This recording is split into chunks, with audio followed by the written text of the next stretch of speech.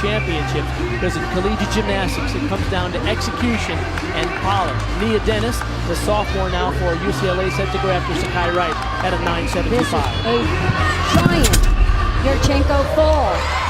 She doesn't do the 1.5, so this is scored from a 9.95, but she gets the most out of this vault with big amplitude. Good block up. I love that her head was in line with her shoulders, almost 5 feet off the table. 7 feet out. That hop back will be the major deduction in the routine. Only one other vault in the